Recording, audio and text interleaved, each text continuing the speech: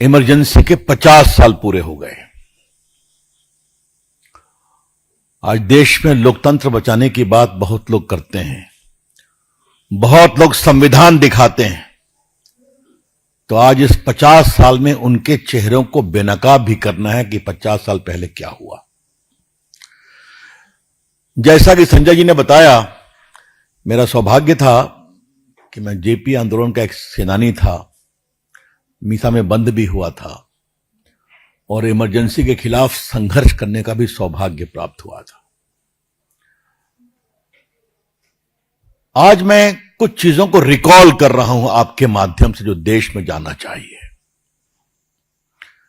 इंदिरा गांधी का इलेक्शन रायबरेली से set aside हो गया इलाहाबाद हाई कोर्ट के द्वारा। इंदिरा जी सुप्रीम कोर्ट आई उसके खिलाफ, उनको स्टे नहीं मिला। यही कहा गया, आप सदन में आ सकती हैं लेकिन बोलेंगी नहीं।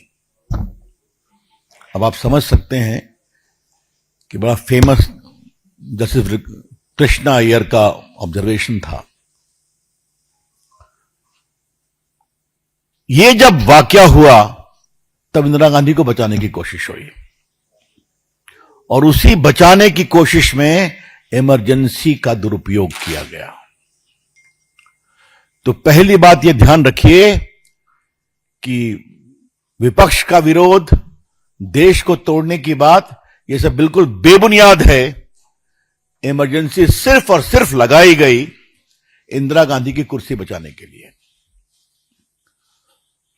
पूरे विपक्ष के लोग गिरफ्तार कर लिए गए, मैं उसकी चर्चा करूंगा। लेकिन आज मैं 50 साल पूरे हो रहे हैं, तो मैं आप लोगों को और आपके माध्यम से देश को बताना चाहूंगा कि सारे संवैधानिक जो संस्थान हैं उसको किस तरह से एब्यूज किया गया। Today is the time to recall as to how while imposing emergency all the signposts of democracy, the institutions were brutalized by the then Congress government headed by Indira Gandhi. आपको मालूम है कि emergency लगाने का जो प्रस्ताव था उस पर कैबिनेट की सहमति नहीं थी। रात के अंधेरे में फखरुद्दीन रही अहमद तत्काल राष्ट्रपति से दबाव देकर साइन कराया गया और सुबह 6 बजे पोस्ट फैक्टो अप्रूवल के लिए कैबिनेट की मीटिंग बुलाई गई। उसके बाद सभी नेताओं की गिरफ्तारी हुई, आरएसएस पर बैन लगा। क्या जेपी, क्या मोरारजी भाई, क्या अटल जी, क्या आडवाणी जी, जॉर्ज फर्नांडिस तो संघर्ष कर रहे थे, मधु दंडवते, ये सभी गिरफ्तार हुए। मित्रों, जेल में जो तांडव हुआ है उसकी कहानी बहुत आई है। मैं कुछ उदाहरण आपको देना चाहता हूं। जेपी को गिरफ्तार करके रखा गया था हरियाणा में एक गेस्ट हाउस में। तो जेपी सुबह में जलपान कर रहे थे तो देखे सामने मोरारजी भाई टहल रहे हैं, उनको ऊपर रखा गया था। तो जेपी ने कहा मुझे उनसे मिलने दो। कहा आप नहीं मिल सकते। कहा ऐसा करो हम लोग को साथ नाश्ता करें दो। कहा आप नहीं कर सकते। ऐसा करो हम दोनों जलपान करेंगे तो हम लोग के बीच में बैठ जाना। कहा नो। आप समझ सकते हैं कि जेपी मीसा में बंद है, सामने मोरारजी भाई हैं, आप मिल नहीं सकते हैं।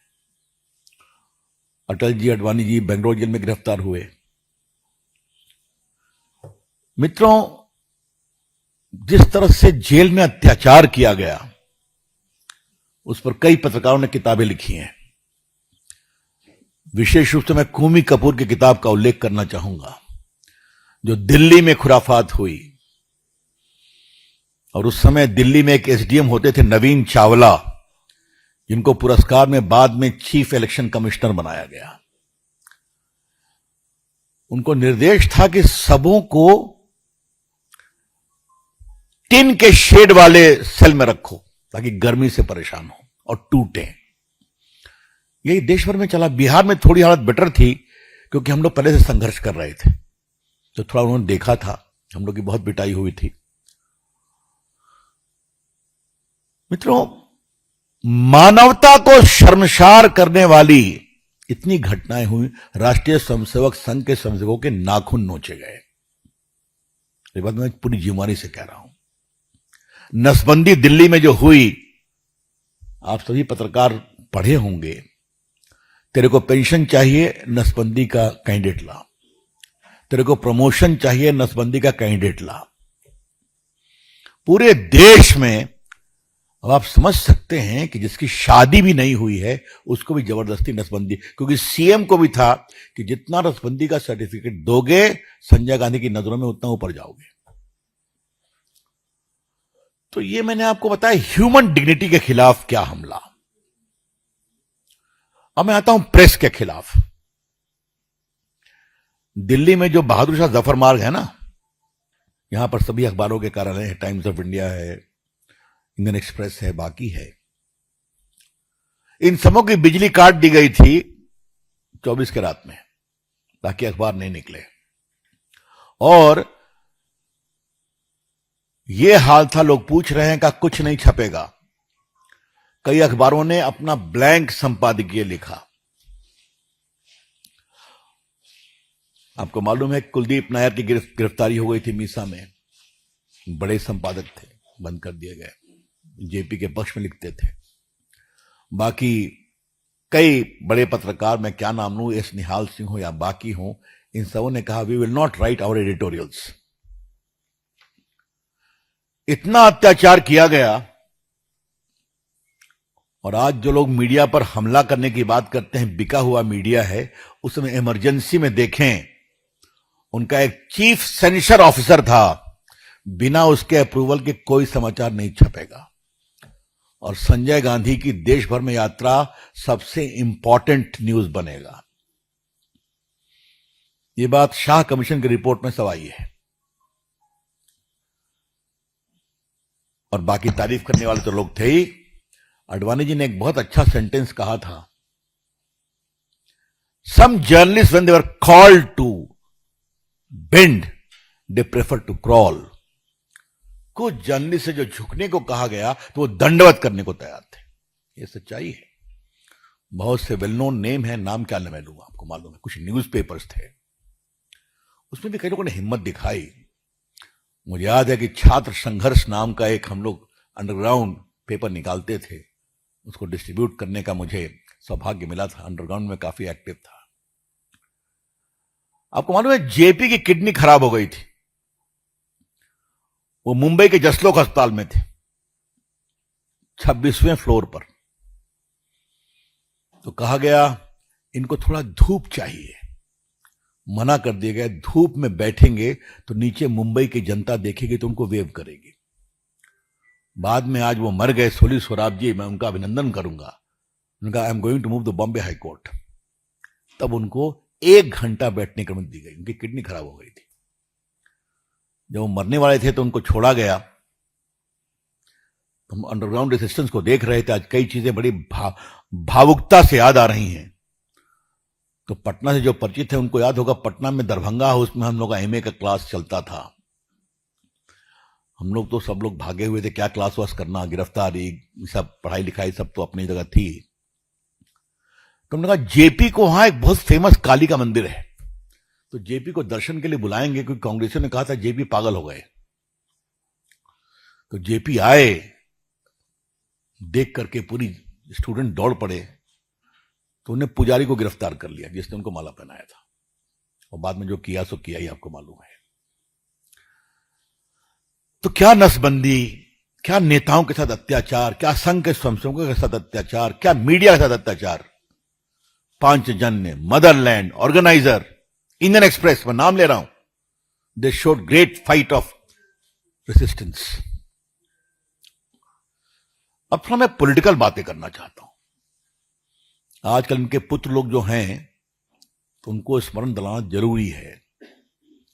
लालू जी भी जेल में थे, मुलायम सिंह यादव भी जेल में थे, अखिलेश बाबू, हाँ। और डीएमके के मित्रों, आपको बताना जरूरी है कि आपकी करुणानिधि की सरकार को इंदिरा जी ने डिसमिस कर दिया था, हाँ। तो देख रहे हैं इंस्टीट्यूशंस में आया मीडिया, ह्यूमन डिग्निटी। अब मैं आता हूं पार्लियामेंट पर। पार्लियामेंट की अवधि को 5 साल से बढ़ा के 6 साल कर दिया गया। और जब अपोजिशन के लोग जेल में थे तब संविधान का 42वां संशोधन पारित किया गया। और संजय बाबू, ये जो सेकुलरिज्म की बात होती है ना, उसी समय लाया गया था और सोशलिज्म प्रियम्बल में। तो सेकुलरिज्म की बात करने वालों को मालूम है ना चाहिए कि विपक्षी जब जेल में थे तो ये सोशलिज्म और सेकुलरिज्म, पीएम के खिलाफ कोई केस नहीं होगा। और रिट्रोस्पेक्टिव तरीके से रिप्रेजेंटेशन ऑफ पीपुल एक्ट को बदल दिया गया ताकि पीएम के इलेक्शन को चैलेंज नहीं हो सकता है। जब सुप्रीम कोर्ट में मामला आया तो सुप्रीम कोर्ट ने कहा कि अब चूंकि ये अमेंडमेंट है तो वी कैनॉट इंटरफेयर। तो संसद के साथ जो बदसलूकी की गई, 5 साल का 6 साल, विपक्ष जेल में, मनमानी तरीके से कानून बन रहा है और संविधान को तोड़ा मरोड़ा जा रहा है। What I am saying, all the shades of democracy were murdered during emergency. सारे संवैधानिक संस्थाओं की हत्या की गई उस समय। जरा मैं जुडिशरी पर बोलना चाहता हूं। I am very proud of the high courts of India, जिन्होंने हिम्मत दिखाई कि नहीं, गलत तरीके से गिरफ्तार किया गया है तो हम इंटरफेयर करेंगे। हम लोग को तो इमरजेंसी के पहले ही बंद किया गया था। मैं एडवाइजरी बोर्ड में कमर में रस्सा लगा के गया था पटना हाई कोर्ट में। जज साहब से कहा मैं बहस करूंगा, मैं तैयारी करके गया था। और उसकी एक बहुत रोचक कहानी है कि जजेस ने देखा मेरे पिताजी का नाम तो उनको फोन किया कि आपका बेटा आया था, अच्छा बहस किया था। तो कहा आप छोड़ रहे हैं कि नहीं? कहा हम पूरी कोशिश कर रहे हैं। और नेक्स्ट डे मुझे 2 साल के लिए कंफर्म कर दिया एडवाइजरी बोर्ड में। बाद में रिट में हम लोग छूटे। इन फैसलों के खिलाफ भारत सरकार सुप्रीम कोर्ट में गई। एडीएम जबलपुर वर्सेस शुक्ला ये केस है। और जब बहस हो रही थी तो वहां पर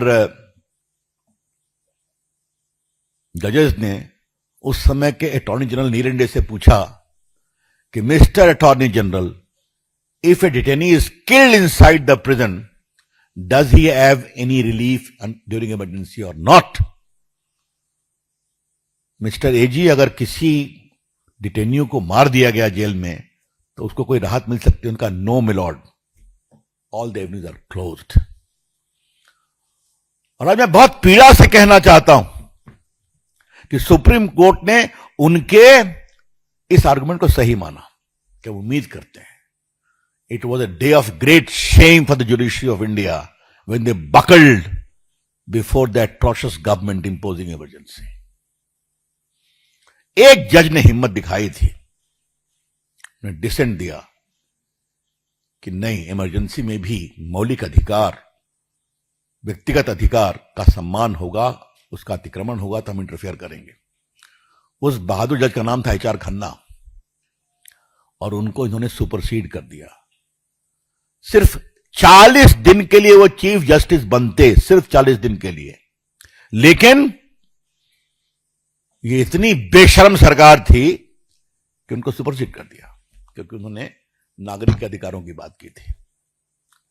मुझे भी याद है, न्यूयॉर्क टाइम्स ने उन पर एक संपादकीय लिखा था, brave Indians, if democracy returns to India, please hang the portrait of this powerful जज इन द सुप्रीम कोर्ट। उसको हमने कई जगह बांटा था फोटोकॉपी। आज उनकी तस्वीर कोर्ट नंबर 2 में लगी हुई है। 3-4 जजेस को सुपरसीड किया गया। ये क्या बात करेंगे?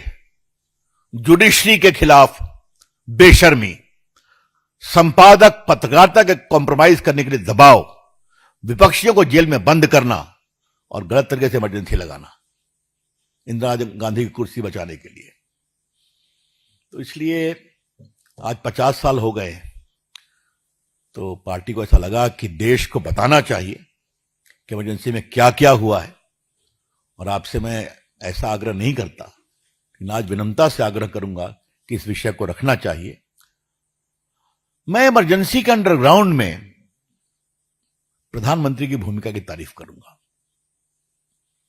सरदार के रूप में जितना अंडरग्राउंड को उन्होंने गुजरात से लेकर उत्तर भारत को जो संगठित किया था वो कमाल था। और कई बार तो ऐसा हुआ कि पुलिस वाले उनको खोजते आए हैं, वो सामने से चले जा रहे हैं। कहा नरेंद्र मोदी कहां रहते हैं जानते हो? कहा मुझे तो पता नहीं है। ये सारी बातें आज जग जाहिर है।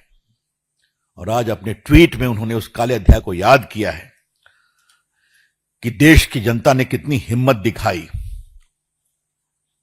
मैं और हमारे राष्ट्रीय अध्यक्ष नितिन नवीन ने भी एक व्यक्ति की कुर्सी बचाने के लिए पूरे देश की स्वतंत्रता को बंधक बना लिया गया। तो ये लोग हमसे संविधान की बात करते हैं।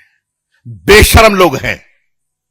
The shameless people who are leading the Congress party showcase emergency constitution कि संविधान के हम रक्षक हैं। संविधान के भक्षक थे और आज भी हैं कांग्रेस पार्टी का माइंडसेट।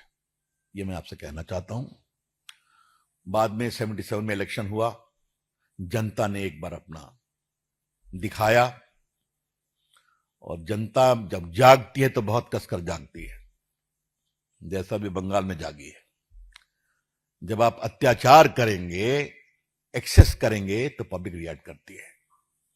और उस समय मुझे अभी भी याद है कि हम लोग बैठे हुए थे राजेंद्र नगर के दफ्तर में। मालूम हुआ इंदिरा गांधी हार गई, संजय गांधी हार गए, तो हम लोग तो रोने लगे बिल्कुल। और मुझे वो कहानी याद है, आज मैं आपसे शेयर करना चाहता हूं। इंदिरा गांधी पीछे चल रही थी, उनके पदाधिकारियों की हिम्मत नहीं थी कि मैडम को बताएं। बाद में जब थोड़े वोट की काउंटिंग बची थी तो एक डरते हुए कि मैडम आप हार गई, तो शी वाज शॉक्ड। तो हमेशा वही शॉक होता है जो ममता जी को हुआ है, जो कट कर रहते हैं। तो ये बात मैं कहना चाहता हूं मित्रों। एक अंतिम बात कह के मैं अपनी बात समाप्त करूंगा। हम लोग विद्यार्थी परिषद में काम करते, दिल्ली बहुत आया करते थे बैठक में। हम लोग का नाम हो गया था स्टूडेंट एक्टिविस्ट में। तो दिल्ली यूनिवर्सिटी में, जेएनयू में बुलाया जाता था बोलने के लिए और बहुत तारीफ की जाती थी। You young boys from Bihar have shone the flicker of hope in the country. ऐसी कड़ी कड़ी अंग्रेजी बोलते थे कि अपने समझ में नहीं आता था। इंदिरा गांधी टाइट हुई, ये भी गायब हो गए। याद है मुझे एक बार इमरजेंसी में अंडरग्राउंड मीटिंग थी, तो हमने कहा जरा किसी से मिलने चलो जरा सा। तो एक प्रोफेसर साहब बहुत मुश्किल से मिलने को तैयार हुए, अब नाम क्या बताऊं। तो हमको लगा उत्साह से बोलेंगे, तो उनका शब्द मुझे याद है, आप लोग ने भी आखिरी कर दिया था। तो इंदिरा गांधी को कुछ ना कुछ तो करना था ना। हमने कहा कि सिर्फ 2 साल में इतना बड़ा परिवर्तन। इसका एक दूसरा पक्ष भी है। जब जेपी जनता पार्टी की विजय के बाद एक विक्टोरियस कमांडर के रूप में पालम एयरपोर्ट पर पहुंचे, तो हम लोग भी आए थे उनका स्वागत करने। बड़ा उत्साह का क्षण था। ये बड़े बड़े बुद्धिजीवी मोटी मोटी माला लेकर खड़े थे उनका स्वागत करने के लिए। तो जहां दिल्ली में कुछ बुद्धिजीवियों ने हिम्मत दिखाई, संघर्ष किया, जेल गए, वहीं समय में बदलकर रंग बदलने वाले बुद्धिजीवियों का भी चेहरा देखा और वो आज भी है। धन्यवाद। I am open two questions now. मित्रों, आपके कोई प्रश्न हो इससे संदर्भित तो पहले उन प्रश्नों को हम ले लेंगे, फिर आपके अनेक प्रश्नों का जवाब देंगे। पहले आज के प्रेस कॉन्फ्रेंस से संदर्भित देवेंद्र पराशर, इंडिया टीवी।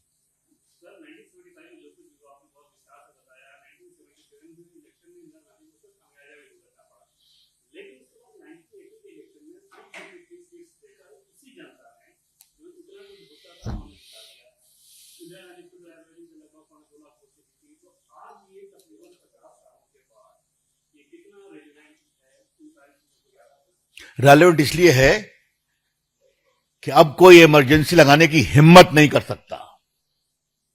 देश का लोकतंत्र जीवित है और जीवित रहेगा। देश चलेगा जनता के मत से, जनता के आशीर्वाद से। इसलिए और वहां पर कांग्रेस पार्टी के आने का बहुत बड़ा कारण आप भी जानते हैं, अनुभवी आप पत्रकार हैं। जनता पार्टी में जो टूट फूट हुई, जनता उससे पीड़ित हुई। और बाद में उसी जनता ने फिर बीपी सिंह को लाया, तो फिर वाजपेयी जी को लाया, और आज तो मोदी जी को लाए। तो पीपल आर सुप्रीम। लेकिन अब इस देश में डेमोक्रेसी के खिलाफ कोई छेड़छाड़ नहीं कर सकता। ये बहुत बड़ी बात है। गौरव मिश्र।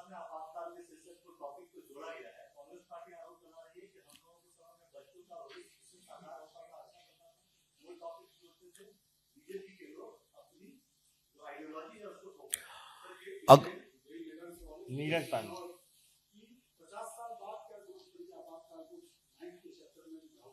इसलिए कि 50 साल एक बड़ा काल होता है, 25 साल, 50 साल, और आज की नस्लों को और आने वाली नस्लों को भारत के पॉलिटिकल साइंस की स्टडी में यह पढ़ना जरूरी है कि क्या हुआ था। कांग्रेस पार्टी वालों की परेशानी यह है कि वो सच्चाई से डरते हैं, क्योंकि बात निकलेगी तो बहुत दूर तक जाएगी। बच्चे सवाल करेंगे, जेपी को क्यों गिरफ्तार किया गया था, नसबंदी क्यों हुई थी, इसका जवाब नहीं उनके पास। और कोई प्रश्न? ब्रह्म प्रकाश दुबे। इमरजेंसी पर ही है। हाँ? अभी इमरजेंसी पर कोई और सवाल?